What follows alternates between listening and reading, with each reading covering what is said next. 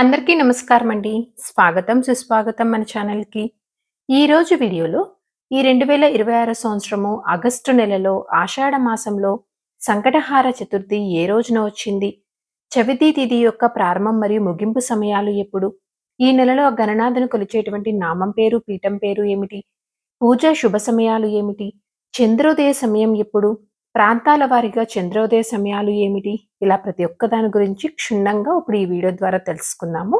వీడియోని స్కిప్ చేయకుండా చూడడానికి ప్రయత్నం చేయండి. అప్పుడే మీకు పూర్తి సమాచారం అనేది క్లియర్‌గా అర్థమవుతుంది. ఈ రోజున విఘ్నహర్త అంటే అడ్డంకులను తొలగించేవారుగా పిలువబడే గణేశుడిని పూజిస్తారు. సంపన్నమైన మరియు కష్టాలు లేని జీవితం కోసము ఆయన ఆశీస్సులు కోరుకుంటారు.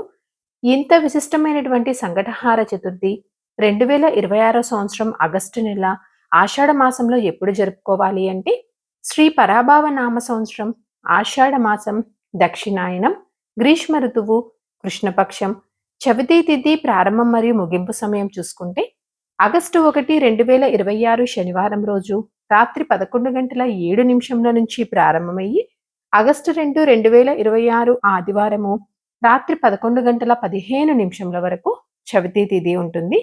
2026 సంవత్సరం ఆగస్టు నెల ఆషాఢ మాసంలో సంకటహార చతుర్థిని నిర్వహించుకోవాల్సినటువంటి తేదీ ఆగస్టు 2 ఆదివారం రోజున జరుపుకోవాలి.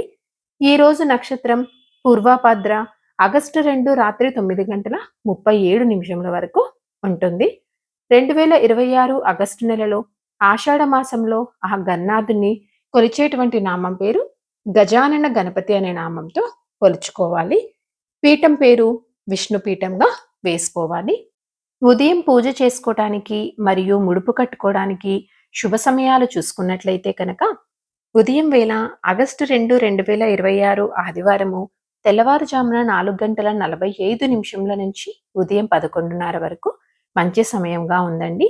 ఈ సమయంలో మీరు పూజ చేసుకోవడము అలాగే ముడుపు కట్టుకోవడం ఇలాంటివి చేసుకోవచ్చు. సాయంకాల పూజా సమయం చూసుకుంటే ఆగస్టు 2, 2026 ఆదివారము సాయంత్రం 6:10 నుంచి రాత్రి 8:10 వరకు మంచి సమయం అనేది ఉంది. కాబట్టి ఈ సమయంలో మీరు తిరిగి పునః పూజ అనేది చేసుకోవచ్చు.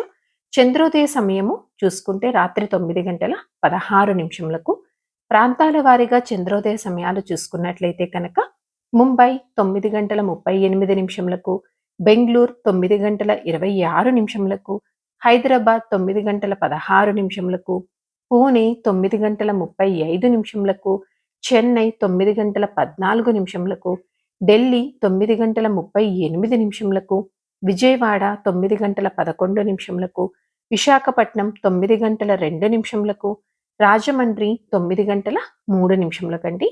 మీకు ఇంకా ఏవైనా ప్రాంతాల వారీగా చంద్రోదయ సమయాలు కావాలి అనుకుంటే కామెంట్ రూపంలో తెలియచేయండి. మీకు తప్పకుండా సమాధానం అనేది ఇస్తాను.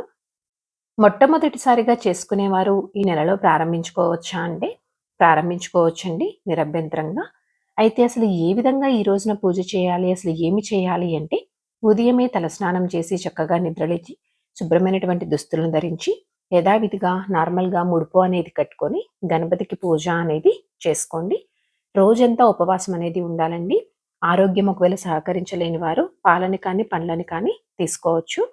తిరిగి సాయంత్రం మరలా చంద్రోదయ సమయంలో గణపతికి పూజ అనేది చేసుకొని ఆయనకి నైవేద్యంగా కుడుములు కానీ మోదకాలు కానీ పరమాన్నం కానీ వివిధ రకాల పండ్లు కానీ నైవేద్యంగా సమర్పించి చంద్రునికి ఆర్ఘ్యం సమర్పించిన తర్వాతే మీరు ఉపవాసంని విరమించాలి. అప్పటి వరకు ఉపవాసం అనేది కొనసాగించాలండి. మీకు పూర్తి పూజా విధానం కావాలి అనుకుంటే కనుక నేను ఇంకొక నెక్స్ట్ వీడియోలో మీకు అప్లోడ్ చేస్తానండి. సో ఇదండి ఈరోజు వీడియో. ఈ వీడియో మీకు తప్పకుండా ఎంతో కొంత ఉపయోగపడుతుంది అనుకుంటున్నానండి. ఇంకొక యూస్ఫుల్ వీడియో తోటి మిమ్మల్ని మళ్ళీ కలుస్తాను. ధన్యవాదములు. సర్వే జనా సుఖినో భవంతు. జై శ్రీమన్నారాయణ.